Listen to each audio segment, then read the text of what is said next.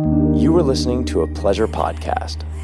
For more from our Sex Podcast Collective, visit pleasurepodcasts.com. Welcome to American Sex, the award-winning podcast dedicated to challenging those puritanical, backward-ass ideals that we have in the U.S. I'm Sunny Megatron, and my co-host is Ken Melvoin Berg. We're sexuality educators, pleasure advocates, and ridiculous, sadistic kinksters. We're also non-monogamously married to each other. So strap in or strap one on. In this house, your pleasure is power. Your kink is customizable. And your subversive perversions are revolutionary. Welcome, my friends, to episode 196 of American Sex. You know, I love my clap noises. I think that I need clap noises, like a standing ovation just to follow me around wherever I go. Yeah, like in the house, you know, like, ooh, yay, you remember to fold your laundry, or, ooh, yay, standing ovation, you found your keys. I think that's like the ADHDer's dream, the ultimate dopamine. Anyway, this week, we've got a crossover episode that you're going to love. It is with Open Deeply podcast. And Open Deeply just happens to be the other podcast that I co-host with therapist Kate Loree. And on Open Deeply, we talk about all sorts of sex positive and alt sex and alt relationship topics. We do lean into consensual non-monogamy, aka polyamory, a lot, since it's my co-host Kate's specialty as a psychotherapist. And of course, no matter what the topic on any given episode, we're going to lean into the emotional side of things because, well, hello, Kate's a therapist and I'm just a mental health geek. So it's kind of a match made in geeky mental health heaven. So on Open Deeply, we just wrapped up a 6-episode series about consensual non-monogamy, and it really resonated with a lot of people. Like really, really insightful stuff, invaluable tools for folks in non-traditional and non-monogamous relationships, and even for people in non-monogamous relationships. It's just good stuff, period.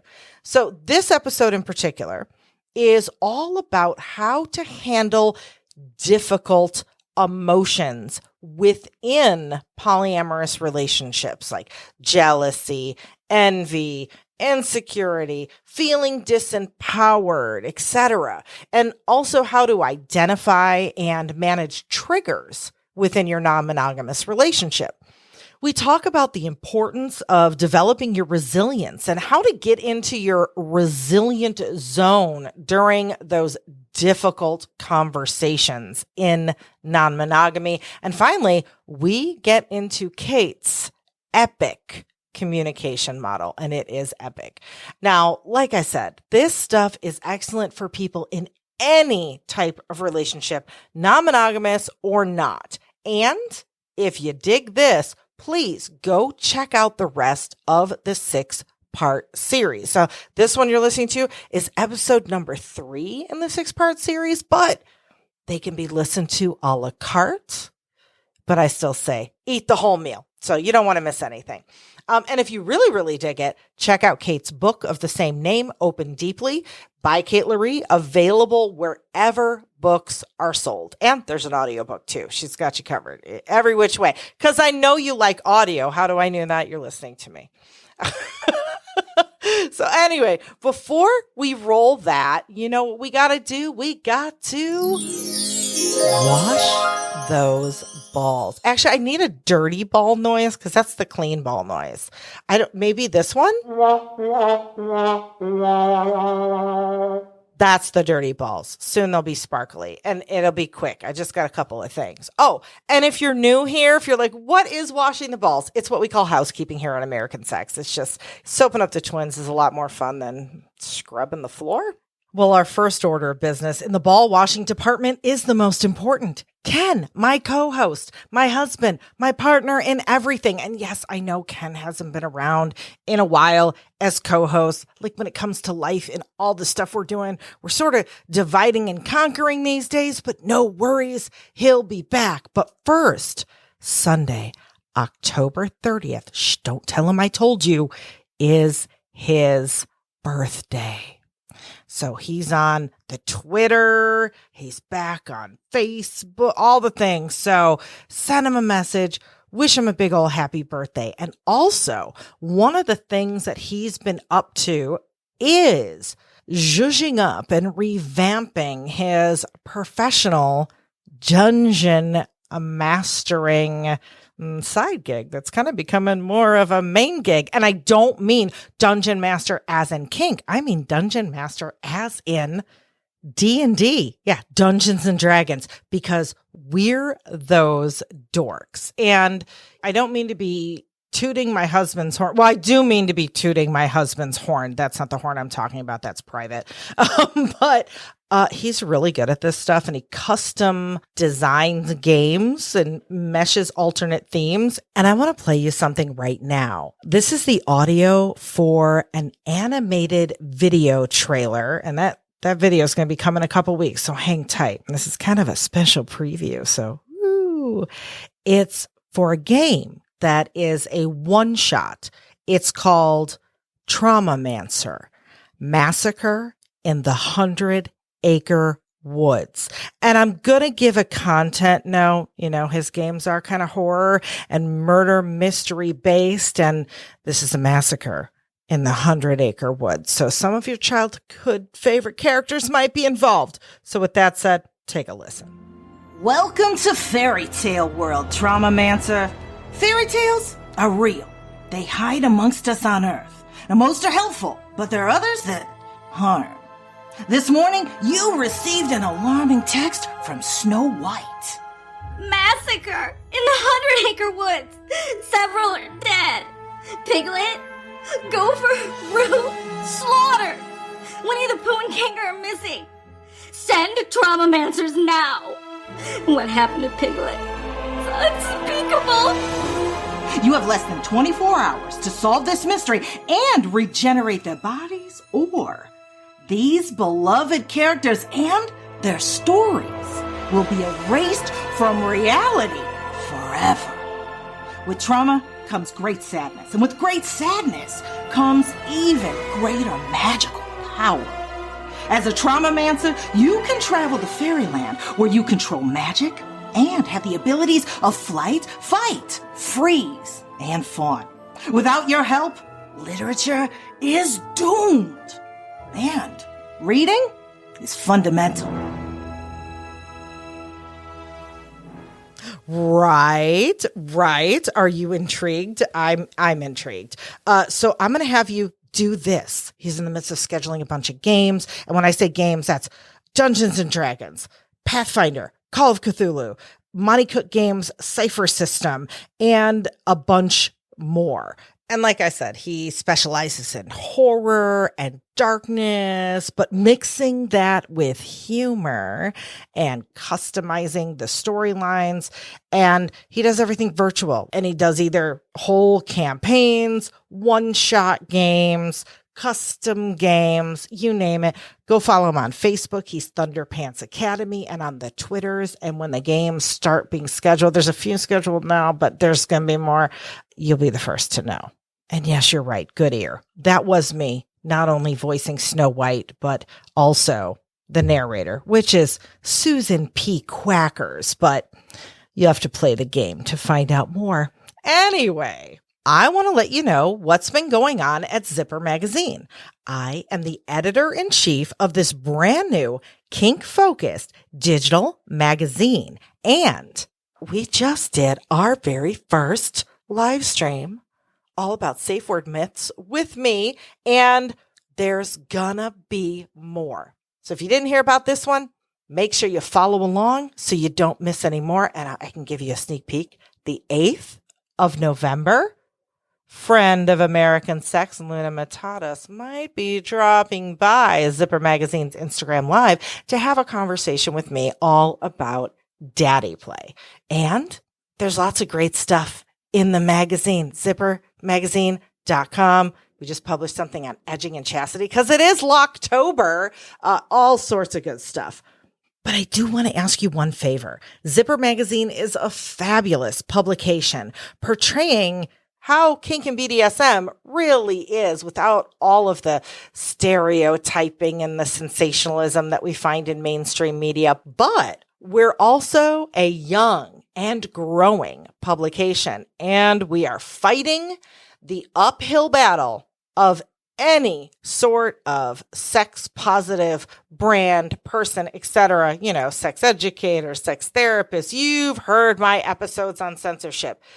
It's tough on social media, like digging a hole with the sand coming back in. We get suppressed, all of that stuff. We've talked about it. Go back and listen to my censorship episodes. It's fascinating and enraging.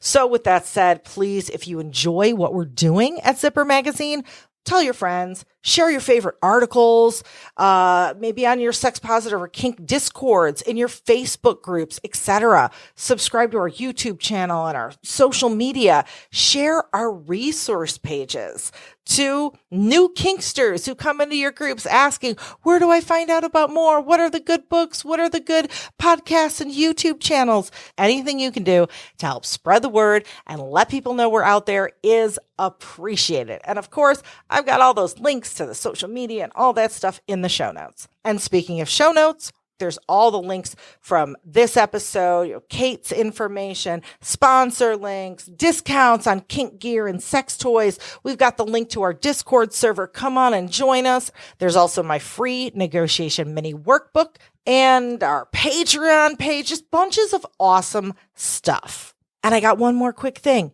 Next episode, I'm taking off because I'm juggling lots of balls. Anytime I can make a ball joke, right?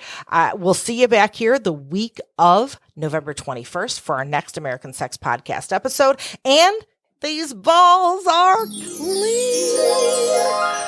I feel like the woman from Poltergeist, these balls are clean. So here is Kate Loree and me talking about communication and jealousy and triggers in consensual non-monogamy.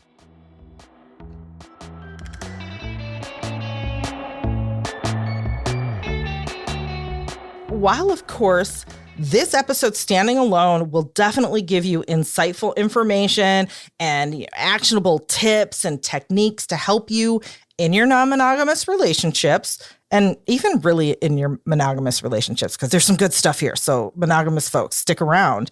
If you really want to dive deep into what we're talking about, make sure you check out episodes 27 and 28, which are part 1 and 2 of our series. So part 1 is the intro to consensual non-monogamy, and part 2 focuses on compassion. And today in our discussion, we're going to get into attachment injuries, triggers, grounding skills, and Kate's very own epic communication model within non-monogamy. But before we get started, I want to give you a reminder. This podcast is not therapy, nor is it a replacement for therapy. So if during our conversation you find things that are coming up for you, please practice your own self-care techniques and take care of yourself first. Hi, Kate. Hi. Oh, I'm excited. How's it going? Oh, it's going good. It's going good. So I have a question. Yeah. Do you want me to, for the new folks that just kind of stumbled upon the podcast, maybe they're here for the first time. Hi. Hello. Welcome. Happy to have you. Welcome. Do you want me to give you a little introduction? Do you want to give your own little introduction? How you feeling? Yeah, maybe I can do it myself. Okay. Yeah, so Kate Loree, I am a sex positive psychotherapist. I've been doing psychotherapy for just short of 20 years. I'm also a trauma therapist. So a lot of times the populations I work with are non-monogamous folks, kinky folks, LGBTQ, sex workers, porn stars, etc. But I've also been working with trauma this whole time. I recently wrote a book called Open Deeply, and it bridges everything that I know about couples therapy and trauma therapy, it's strange that a lot of times couples therapy and trauma therapy run parallel. And so in my book, I bridged the two. And that's important. And we're going to really talk about why today, because at the end of the day, non-monogamy pokes at our attachment injuries way more than monogamy does. Any unresolved attachment injuries, it can poke at those attachment injuries more, just because we have other lovers involved. And so when I wrote this book, it's designed to really set people up for success so that when your attachment injuries are poked within non-monogamy, you have the skills to be able to ground yourself and your partner. So everything that I am, the 20 years of therapy that I have accumulated, have led to the moment of writing this book and having this episode with you. Yay. Oh, look at that. Look at that. This is destiny. This podcast episode right here is destiny. So yeah, I find it really fascinating and also cognitively perplexing when I think about trauma and attachment injuries and how we bring those into our relationships. It's like, oh, and then I think, well, that's between two people. And then when we bring in, the other partners and all of that stuff, it's just a ball of like, oh my goodness, what do we do with all of this? So we've talked a little bit about attachment styles and what that is on prior episodes, but just as like a quick recap to get everyone up to speed and new folks who are just joining us, what are attachment styles, attachment injuries? What does that exactly mean? Okay, well, in part 1 of this series, we did talk about attachment styles, so I'm not going to go into that much. The attachment styles, there's basically 4 of them. I use the Diane Poole-Heller model. There's the secure attachment style, and then all the other 3 are insecure attachment styles, which is the avoidant, the ambivalent, and the disorganized. So I'm not going to go into describing them again because we already did that in part 1. But one thing to know is whatever attachment style you think you might be, you're not set in stone. And just because you had a really traumatic backstory does not mean, for instance, that you're a disorganized style. To me, those 4 types are just kind of benchmarks to inform you, and they shouldn't be put in concrete because let's face it, humanity is way more complex than 4 types, right? Yeah. But they can kind of give you an idea of how one's backstory may impact how you relate to others. Okay. And so when you have the other 3 are very much influenced by the attachment injuries that have happened in the past. So when you think about what an attachment injury is, it's anything that's happened in your past. And it doesn't necessarily have to be this huge trauma. It might be that your parents got divorced, or it may be that your dad left without a note when you were 6 or something like that. Those are attachment injuries where you had some attachment figure, some attachment, and something that happened that injured you. Like, for instance, if you're in the hospital with an appendicitis and your partner decides to go to the business meeting rather than stick around and be there by your side, that's an attachment injury. Right. And so all of those attachment injuries, if they're unresolved and they still can get triggered on some level within us, they will light up the most with our lovers and partners, the people that we're closest to. Yeah. I even think of like something as simple as maybe I didn't get emotionally validated, on a repeated basis from my caretaker, parent, etc. It could be something as seemingly simple as that can stick with you. Right. I always like to give this analogy regarding what you're touching on. This is a metaphor. If you imagine a swimming pool that's empty and you backed up a dump truck that's like filled with water and that represents the trauma, you can fill up that swimming pool all at once with that water. And that would be a metaphor for some major trauma, like being in a tour of duty of war, or a gang rape or something like that. Or maybe you were just neglected over your whole childhood. Maybe you were fed, maybe you had a roof over your head, but you just weren't really loved well. And that might be more similar to if you just got a garden hose and put it on low and the swimming pool was filled up, drip, drip, drip. over time, you've still filled up the swimming pool. I love that analogy. Yeah. You know, those are kind of low T traumas that have accumulated over a life. And so those things for sure can also get triggered. Now, you brought up the fact that sometimes within non-monogamy, you may have several lovers involved. And then, oh, by the way, you know, I might have mentioned this, that for a lot of non-monogamous folks, our love language is that sixth love language, carefree, fun, freedom, and adventure. So the one way that you make a non-monogamous person feel loved is to give them a lot of freedom. And the one way you piss them off is to make them feel controlled. And unfortunately, a lot of times when one partner has self-care needs, for somebody who is really heavily in that love language where they easily feel controlled, when their partner brings up self-care needs, sometimes it can make them feel controlled. If that self-care need gets in the way of something they want to do within non-monogamy. And so I think a lot of what I'm trying to do in the book is help people sort out how can we balance compassion for ourselves and other with that kind of ethic of giving ourselves and others freedom. Yeah. Because let's face it, sometimes what one person needs in terms of compassion and self-care is going to conflict with what the other person perceives as their freedom. Yeah. Yeah. It reminds me of, I saw a meme or something somewhere. It was supposed to be funny, and it was, but it was like the dark humor because it's really true.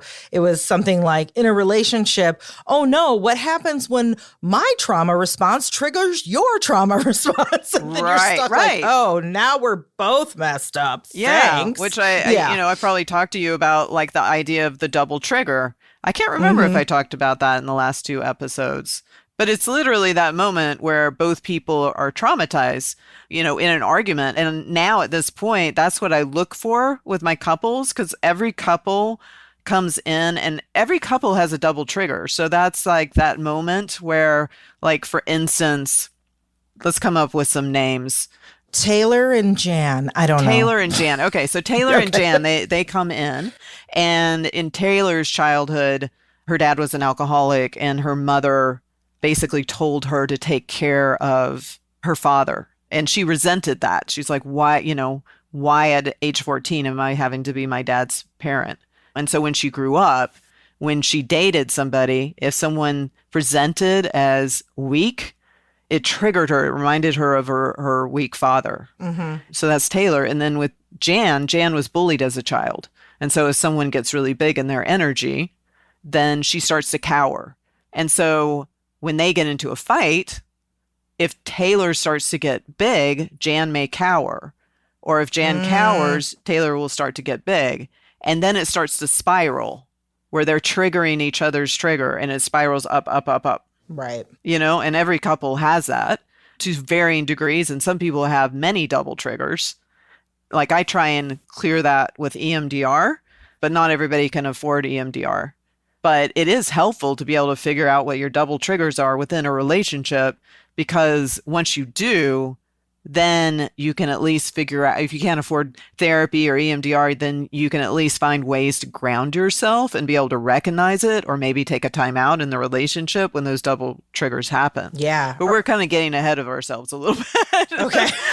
We're just diving deep into trauma. It's like real life. Okay. Just go in there. All right. Right. So where should we go? If we're easing into this, what's next? Let's see. So, you know, if we go back, so we've kind of talked about what attachment injuries are.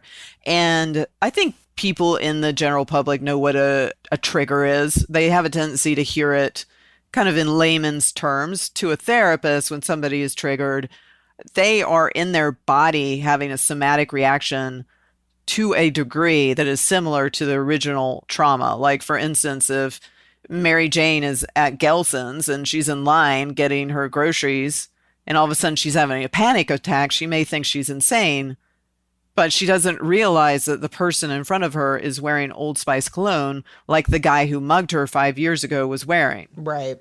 And so that smell creates a link right to her brain, because there's a straight shot through the brain with smell. Mm-hmm. And then that triggers everything. And now she's having a reaction in her body that's almost identical to what she experienced that day when she was mugged. So it's like a cue that takes you back in time. And if you think about it, just on a side note, we can have that same response to positive things, right? Like probably anybody listening can think of that song that comes on the radio that takes them right back to a beautiful moment in their life.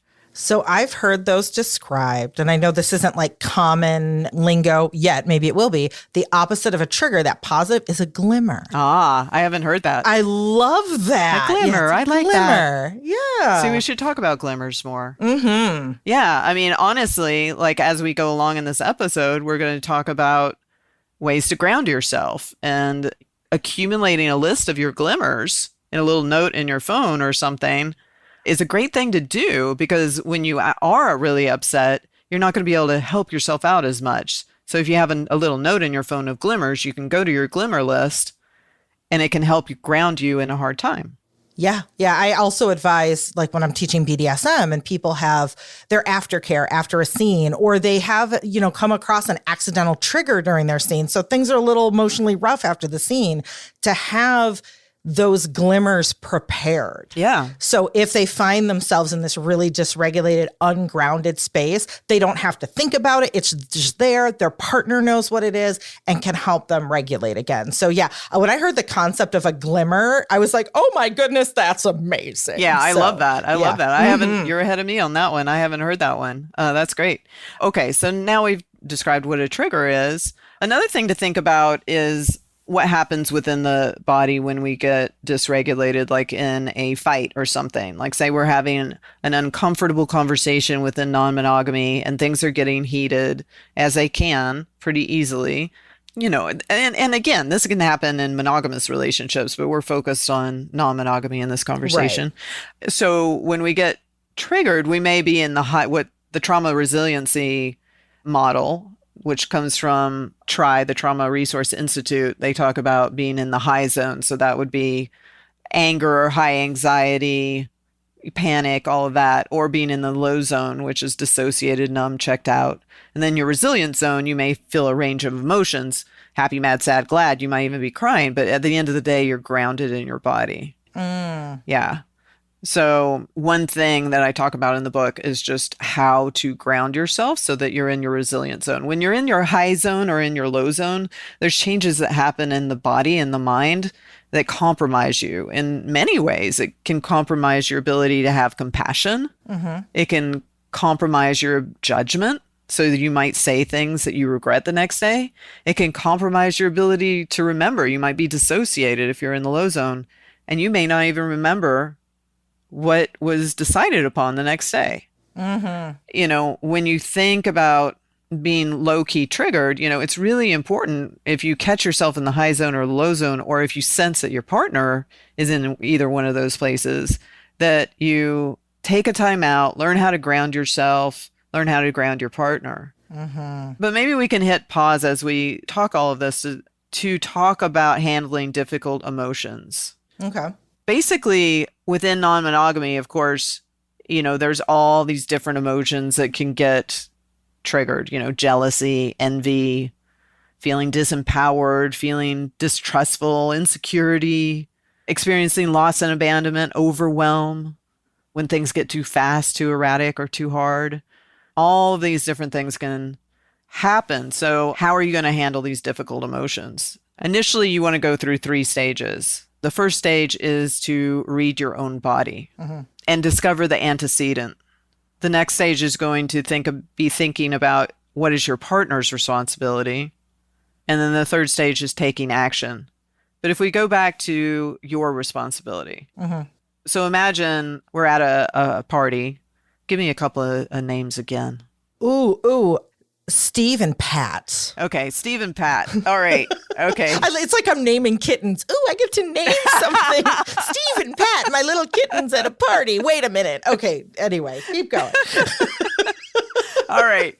So Steve and Pat, they're at a play party. So Steve has been flirting with this other person all night. And Pat is getting a little tweaked by that. And it's also Pat's birthday.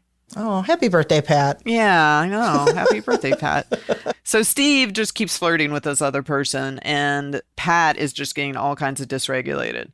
And Pat continues to bear through the party. Steve has no idea that Pat is pissed. And then on the way home, they have this huge argument. The next day when Pat wakes up, Pat is able to just track their body and get in touch with what's going on within their body. And at first, Pat thinks about, well, what is my responsibility in this? And so Pat gets in touch with what's going on in their body. Maybe the heart is racing, their face is hot, etc., and so on. Maybe they feel clenched in their body. And the emotions are kind of feeling abandoned, sad, insecure. The thought might be, I'm not good enough. Right. And once they're connected to all of that, Pat can bridge back. And this isn't bridging back to something that's similar in story necessarily. It's bridging back to something that's somatically in the body and emotionally similar. So when you bridge back, if Pat is truly connected, something will just pop up without Pat having to think very hard. And Pat goes back to a memory of being at this gas station. Her family's supposed to be going to Disneyland, and the family ends up leaving Pat at the gas station and pulling off because they're laughing so hard at something Pat's sister said. And this had happened many, many times. So Pat had this whole history of feeling abandoned, not good enough, etc. And that was getting triggered that night with Steve and this other person. Right. So at that moment, Pat realizes that's Pat's responsibility. That's Pat's piece. Pat needs to work on that. That's getting triggered. And Pat may need to work through that through therapy, EMDR, meditation, mindfulness, whatever means helps them work through those past injuries. Right. And then the second piece is switching to Steve and then Pat needs to ask them, does Steve have any responsibility in this? Okay, Steve knew it was their birthday, right? And maybe, Steve could have done better at being more balanced between the two people, more considerate that it was Pat's birthday, etc. And so at that point, Pat may have a conversation with Steve using the EPIC communication model that we will talk about soon. Right. These are the first steps when you're handling a difficult emotion. So at this point, we could talk about some of the different difficult emotions that you might feel. Yeah, let's go for it. And the one I'm thinking of is jealousy, right?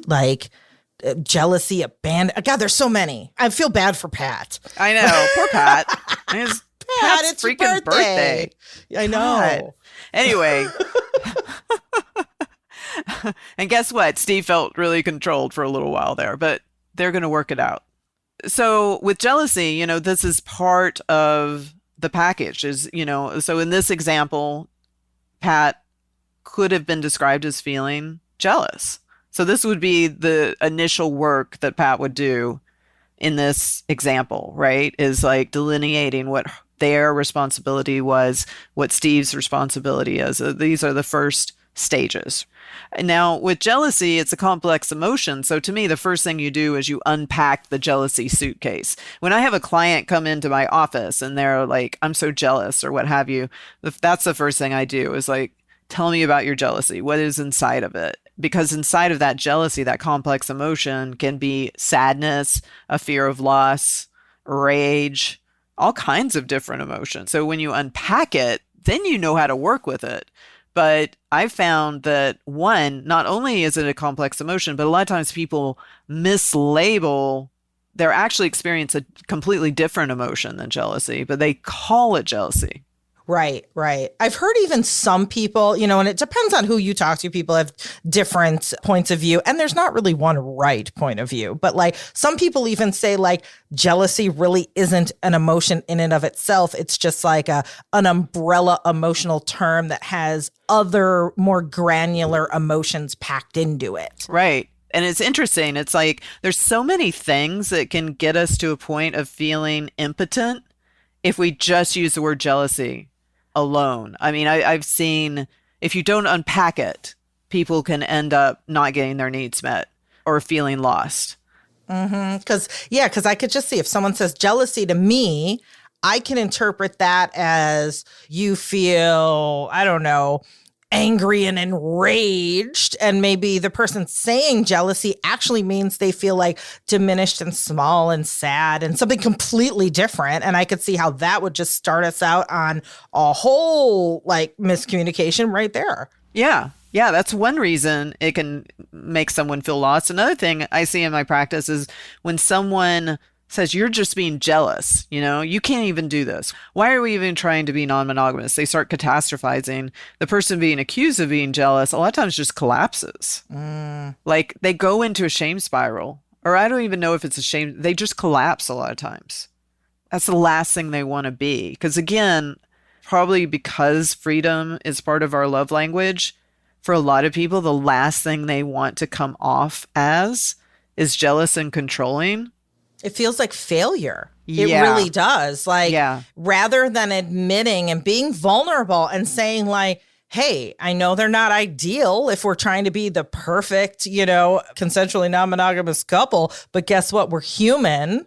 And this is what I'm feeling. And I think just the shame of being able to admit that you're feeling something that isn't like keeping up with the polyamorous Joneses and how you think you should be, that in and of itself just, I can see why, you'd go into a shame spiral and completely collapse. Which is a shame. It shouldn't be that way. So those listening, feel your feelings. Don't be ashamed. Yeah. Another thing that was pointed out when I was just researching for the book is they were pointing, I can't remember who the researcher was. I'm sure I referenced it in the book. They talked about how a lot of times people don't want to admit they are jealous because if they do, it quote unquote lowers their mate value. Like if I admit I'm jealous of her, then I'm admitting that I think she is superior to me. And then if I have a partner that's not as evolved, they might be kind of like, yeah, you're right. She is better than you. That kind of fear. Yeah. Interesting. And so a lot of times people don't even admit it. So for all of these reasons. Anyway, so with jealousy, we already talked about some of the first steps. We'll talk more about how to handle jealousy as we go along, but I just want to touch on some of the other difficult feelings. So this is one of the ones that gets confused with jealousy is envy.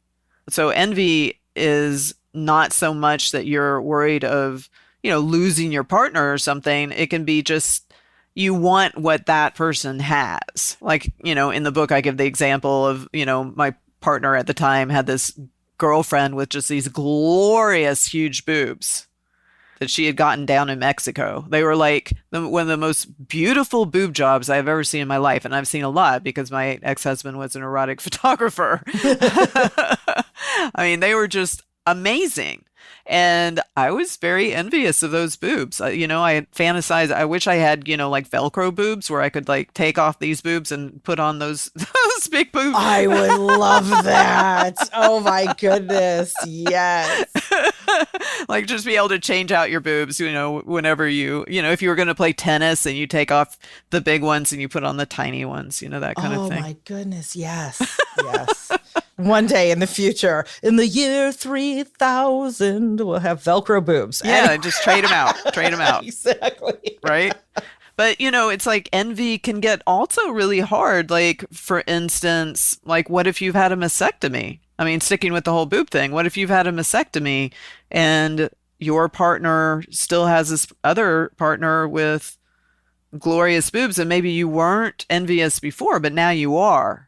Right. Because now you've had this mastectomy, So it's not always this easy thing to manage. Right. I think when it's a light thing, like, for instance, you're actually envious. Your partner comes back from a threesome and you're pissy. And at first you're like, am I jealous? But then you're realizing, no, I'm just envious. I'd like to have 3 people on a bed with me too, 2 other people on the bed with me too. See, I'm envisioning that's what Pat's feeling in my fictitious scenario in my mind. Pat at that party saw Steve having a great time, getting it on and was like, but it's my birthday. I deserve to be having the cool threesome in the corner that everybody's, watching and cheering at. Like, why don't I get that? So in my mind, that's what's going on.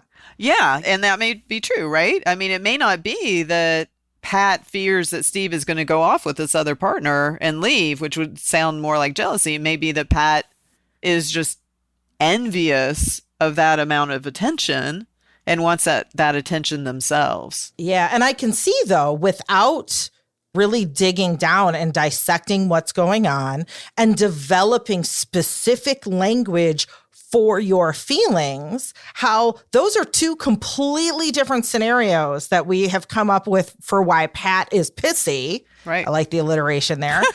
But if Pat doesn't have the emotional wherewithal or the words to describe what's going on, then Steve is interpreting that pissiness any way he wants, and nobody's getting anywhere. Which happens all the fucking time. Yeah. You know, and a lot of times in my office, Steve is catastrophizing. Like I said, going, we can't even do this. Look, all we did was go to a play party. We didn't even have sex with anybody, and you're losing your mind. Yeah. You know, that kind of thing. Also, if Pat were me, or if I were Pat, because I'm having some kind of affinity with fake Pat here, that sometimes the emotion is so much, like, you know, you're feeling a thing, you know, you're pissed off. But maybe if I'm Pat, I'm like, I am feeling feelings and I don't know why. Yeah. I don't even know. Is it because I feel abandoned and ignored? Is it because I feel envious because Steve's having a better time than I am, but it's my birthday? I don't even know. I'm just feeling big things, you know? Yeah. Right. And Steve might get frustrated with that. Mm-hmm. And so I think with two couples, if they start to understand how the process works within the human psyche, they might start to have patience for each other and give each other more space to like figure it out. And maybe with Pat, you know, like if I could teach her to track her body and her emotions and not just make a logical decision, but really try and like listen to her body and her emotions, to their emotions, then Pat may get to a place where some insights pop up from being connected to their body and their emotions that might not pop up if they just stayed in their head. Mm-hmm. Depending on how Pat is wired. You know, you and I talk about neurodiversity. If Pat has neurodiversity, the path might be a little bit different. Exactly. Yeah.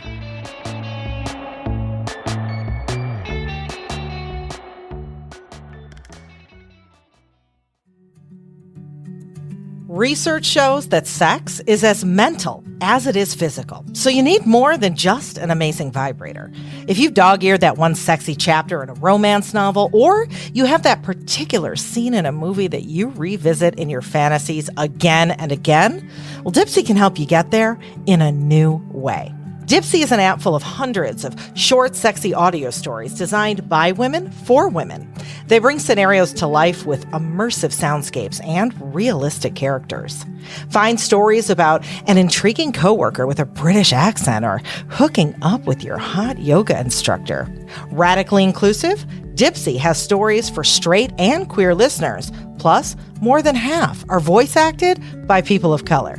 You've never heard celebrities like this before. Listen to stories voiced by Sharonis J. Jackson, ER Fightmaster, and Luke Cook. Let Dipsea be your go-to place to spice up your me time, explore your fantasies, relax and unwind, or heat things up with a partner.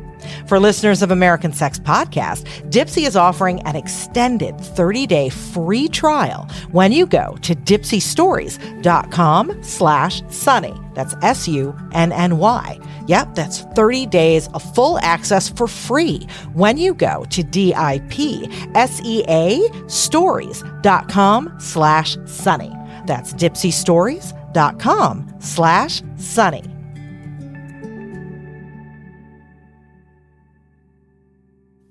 While I'm telling you about our sponsor, I want you to do a simple but effective breathing exercise. Now, okay, ready? Breathe through your nose. 1, 2, 3, 4. Hold it for 1, 2, 3, 4. Now exhale through your mouth. 2, 3, 4. Now keep this up while I tell you about today's sponsor. We've partnered with Calm, the #1 mental wellness app, to give you the tools that improve the way you feel. Reduce stress and anxiety through guided meditations, improve focus with curated music tracks, and rest and recharge with Calm's imaginative sleep stories. There's even new daily movement sessions designed to relax your body and uplift your mind. If you go to calm.com/sunny, you'll get a special offer of 40% off a Calm premium subscription, so you can join the more than 100 million people around the globe that use Calm to take care of their minds. I use Calm. One of my favorite ways is during the workday. In fact, I was just using Calm, but I had to shut it off to do this recording. I love the at work section. So I was just listening to Dead Mouse and Friends, Mousetrap, Flow, and Focus. It's perfect. So for you, listeners of American Sex Podcast, Calm is offering an exclusive offer of 40% off a Calm premium subscription at calm.com/sunny. That's CALM.com/sunny for 40% off unlimited access to Calm's entire library. Go to calm.com/sunny.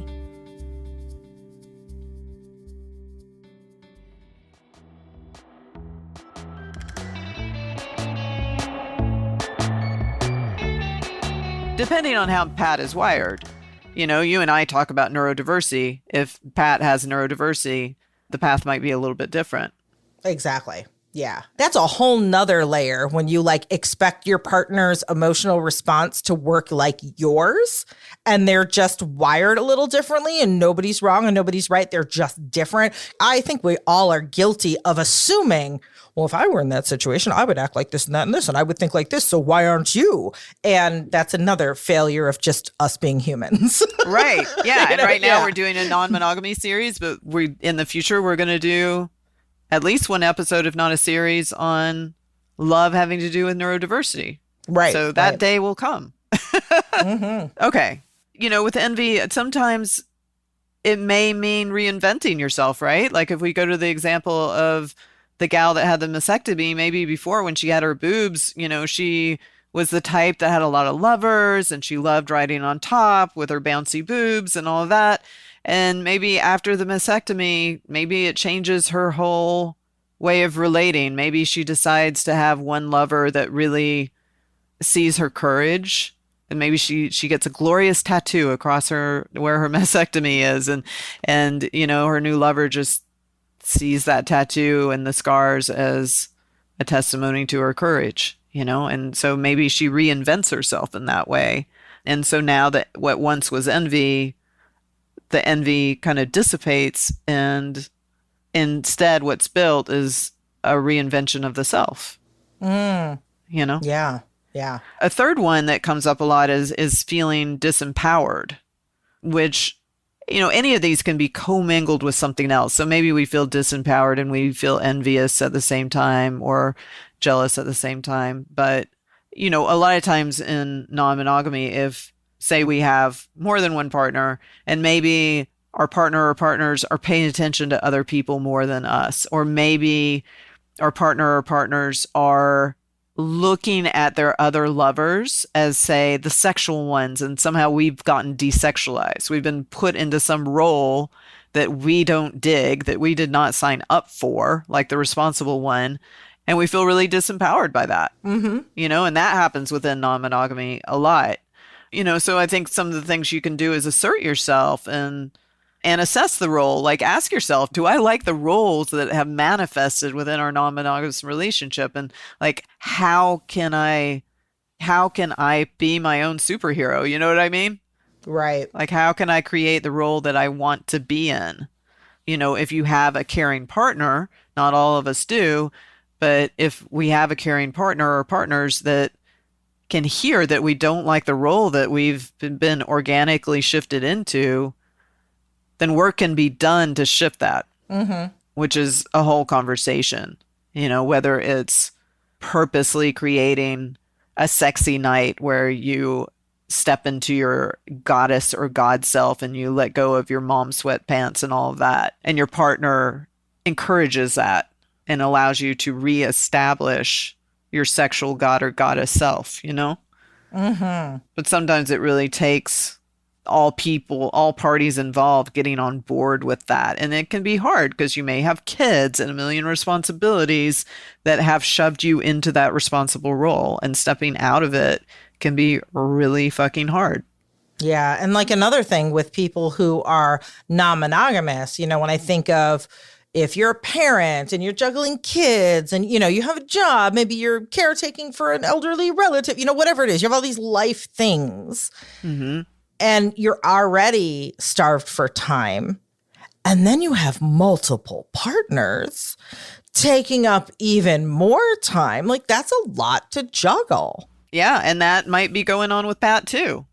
Maybe the reason Steve is paying attention to this other lover is something like that Pat has gotten shoved into the responsible one in their relationship. And he's seen anyone who's new as this sparkly, you know, sexual experience, you know, and maybe Pat's like, oh no, it's going to happen again where I'm feeling like the boring one, you know? Right. Another thing that I see sometimes helping when you feel disempowered, and this isn't like a tit for tat thing, like, oh, well, fuck you, I'm going to do this to spite you. But I mean, sometimes taking on another lover yourself, if you don't have one, can help. Like if you're feeling disempowered, sometimes taking on a new lover that really sees you and can connect with you can give you that breath of fresh air that is helpful. Right. But making sure to do it in a way where you're not even like subconsciously doing it to like jab one back at you. Look at how much fun I'm having over here. More fun than you had on Saturday night. Like Right. You don't want to do that either. And it's like, we're humans and that is our default to like, get back, like to, you hurt me, I'm going to hurt you. Like that is, even though we know logically, like we shouldn't do that. Left to our own devices when we're not thinking things out and we're very emotionally driven, that's exactly what we do. I'm going to hurt you back. Ah, ha, ha, ha. Exactly. So to have that wherewithal and that, I don't know, forethought to make sure that you're not just slippery sloping into that, that's a whole nother complication. Oh, I know. Yeah, absolutely. And it's like, even if you do decide to take another lover and that revitalizes you, doesn't mean that you don't still have the hard work of talking to whatever partners you feel disempowered by and figuring out how to fix that, that other relationship. That work still needs to be done. This just might make the whole situation a little bit less painful. Right. So, and we don't necessarily have to go into all of these difficult feelings.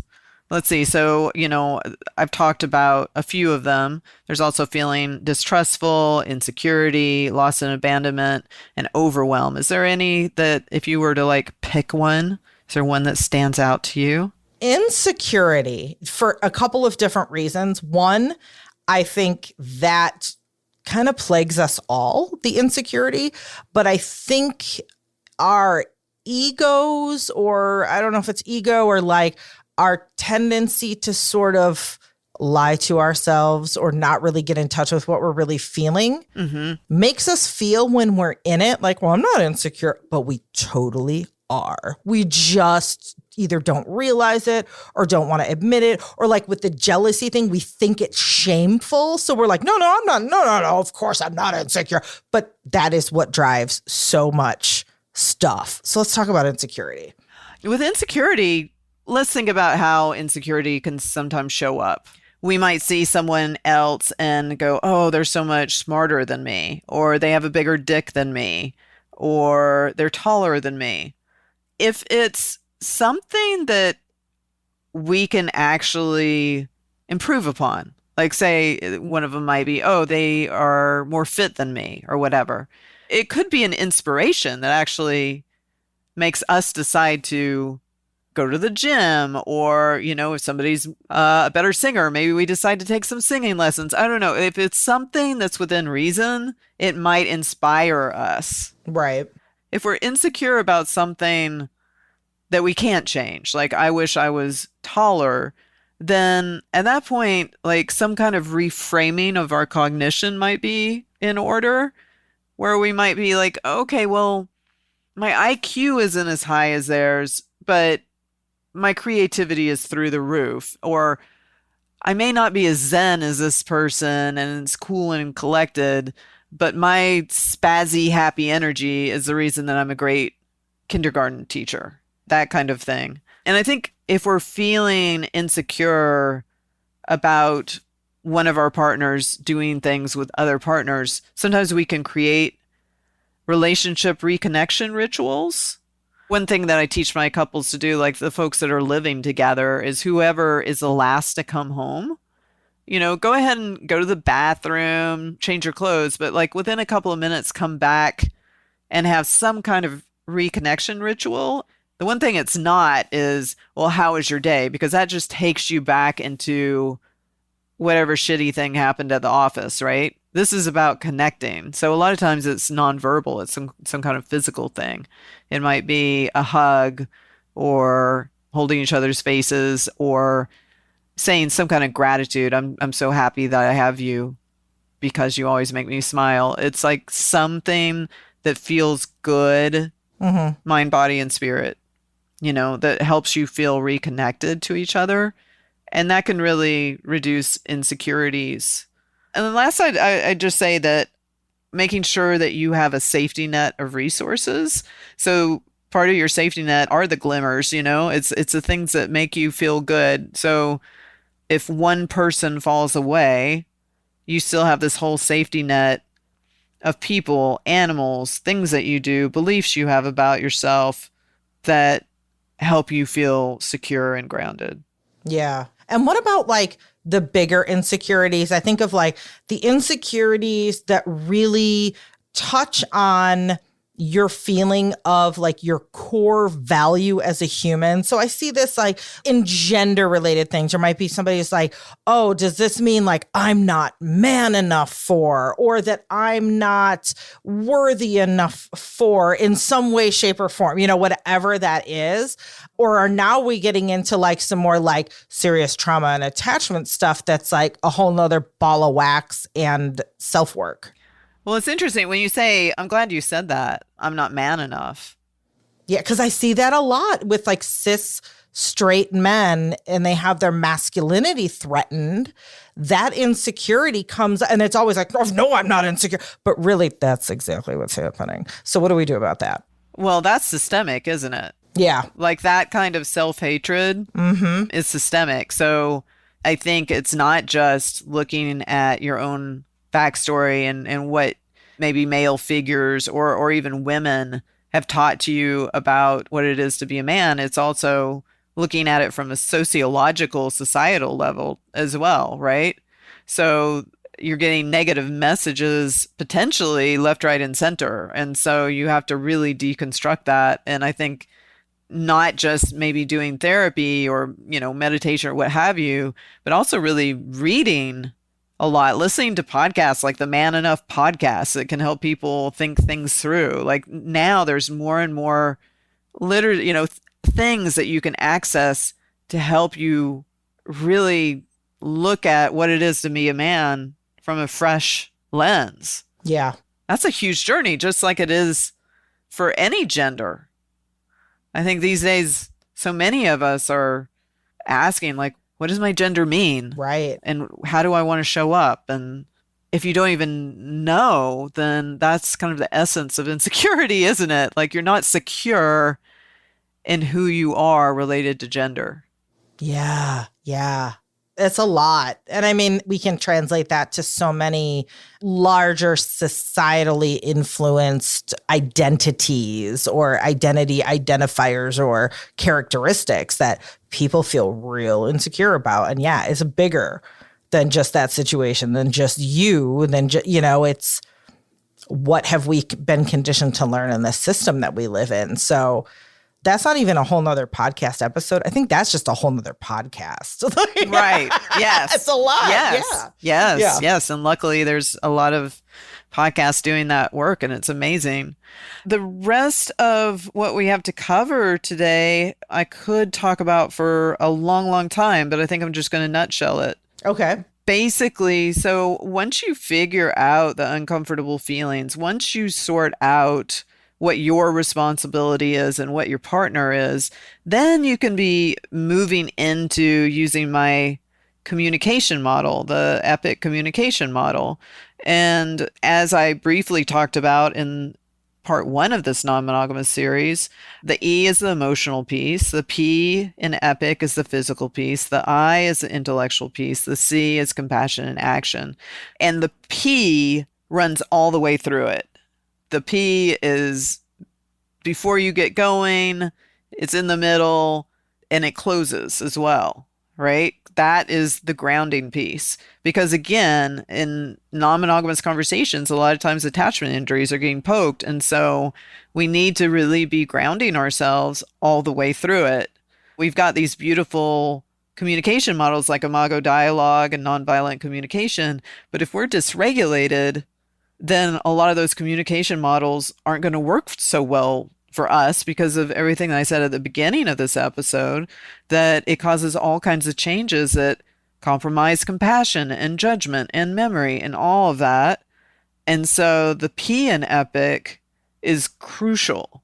And that's the part that people a lot of times are not doing, even folks that have some kind of communication model that they're using. Mm-hmm.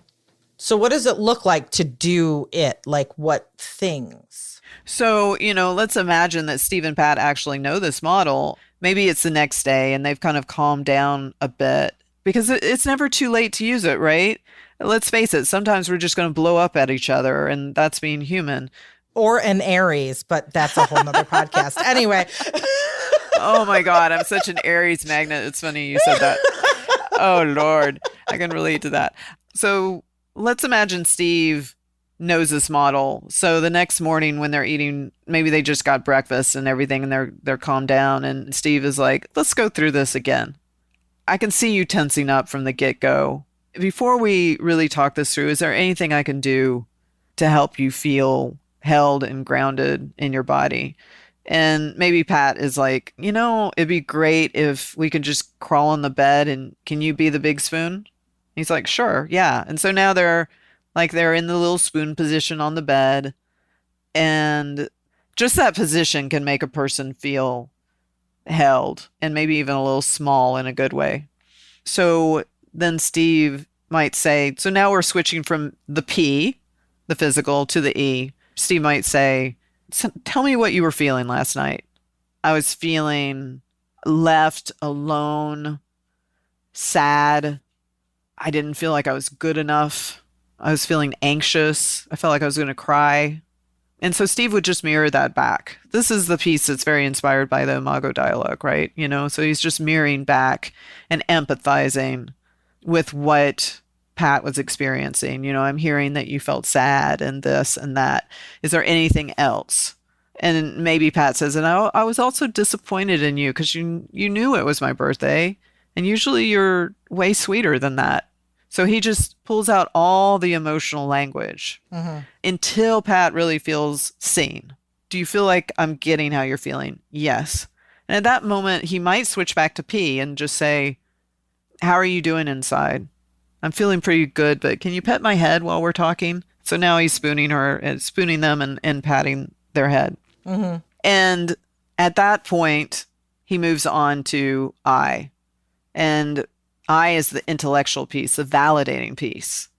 And he might say to Pat, I intellectually understand why that was hard for you because it was your birthday. And I know that you love your birthday. It's your favorite day of the year. And you like to feel like the star on your birthday. Is there anything else? And maybe Pat says, no, that's it. My birthday's everything to me. Yeah. Again, he might be like, do you feel like I'm getting why you were so upset? Yes. So at that point, he might move into the compassion and action piece, the C in EPIC. Is there anything that I can do in the future to do better? Yeah, when we get to a party, can you just hang out with me for the first 30 minutes? Or can you check in on me? Or whatever Pat's asks are, right? Mm-hmm. And if he feels like he can do that, then we're reaching a conclusion, right? For the part that's Pat's side of it. And at that point, Steve might say, is there anything else that you need physically to just wrap this up? Yeah, I just want to flip over and I just want to hug. Maybe they hug each other. So the P is run all the way through this. Now, at the end of this, we don't have enough time in this episode, but at that point, the talking stick may pass to Steve because Steve may have some things to say as well. And that's tricky, right? Because when you pass that talking stick, Steve has to be careful because while he's expressing everything on his end, he may undo all the good work he just did. So you have to be really careful when that talking stick is passed, but it is possible. That's interesting that you bring that up. And I think this is a good cliffhanger for next time, because when you were going through that scenario, I suddenly flipped from like being Pat to being Steve.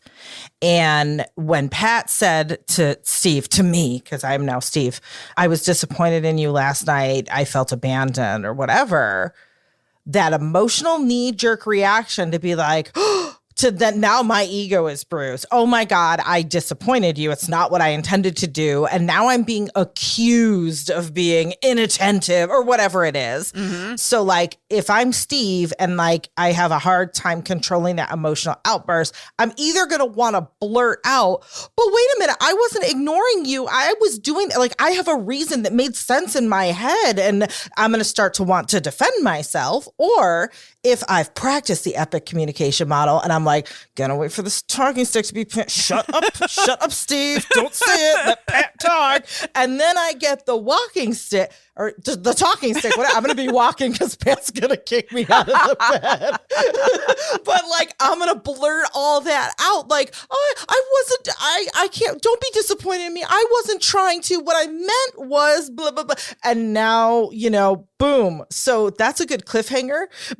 Yeah. And the thing is, people can do it. Even if you do part of this, it's better than just like lawyering up and like fighting like two lawyers that are trying to win. It's like, even if you do a little bit of this, it's better. Right. But I've seen couples like full tilt be able to do this. Oh, wow. Those couples, I aspire to be them.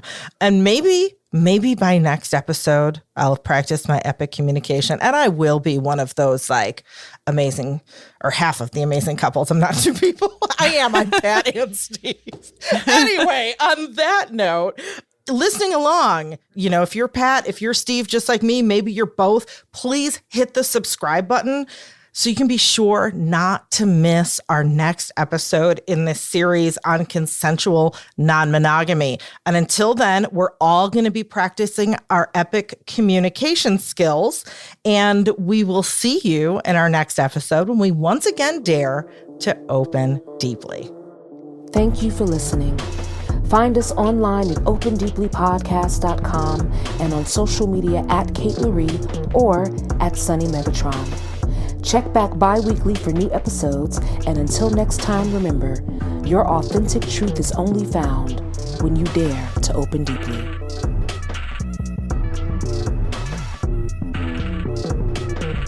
Intro and outro voice by the Queen Goddess, Frenchie Davis. Intro and outro music by the Baltimore Bull, Rob Burrell.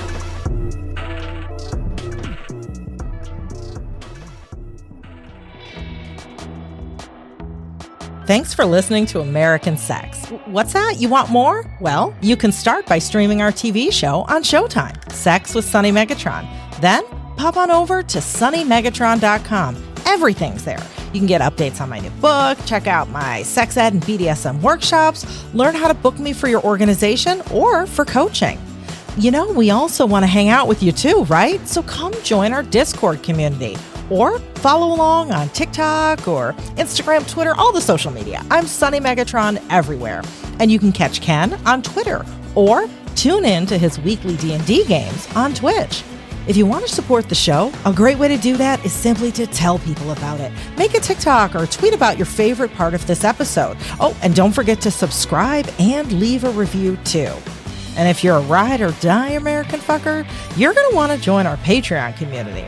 We'll send you official American Fucker stickers, and you'll get a lot more too at patreon.com/AmericanSex. Now, just in case you happen to be one of the few that still has disposable income in this late-stage capitalist hellscape, well, when you're shopping for a new sex toy, BDSM gear, Kink Academy membership, or other things, please patronize our sponsors and affiliates. You'll get a discount and it helps us too. Win-win. All those links and codes are in our show notes. Thanks, American fuckers. We appreciate the heck out of you. See you next time.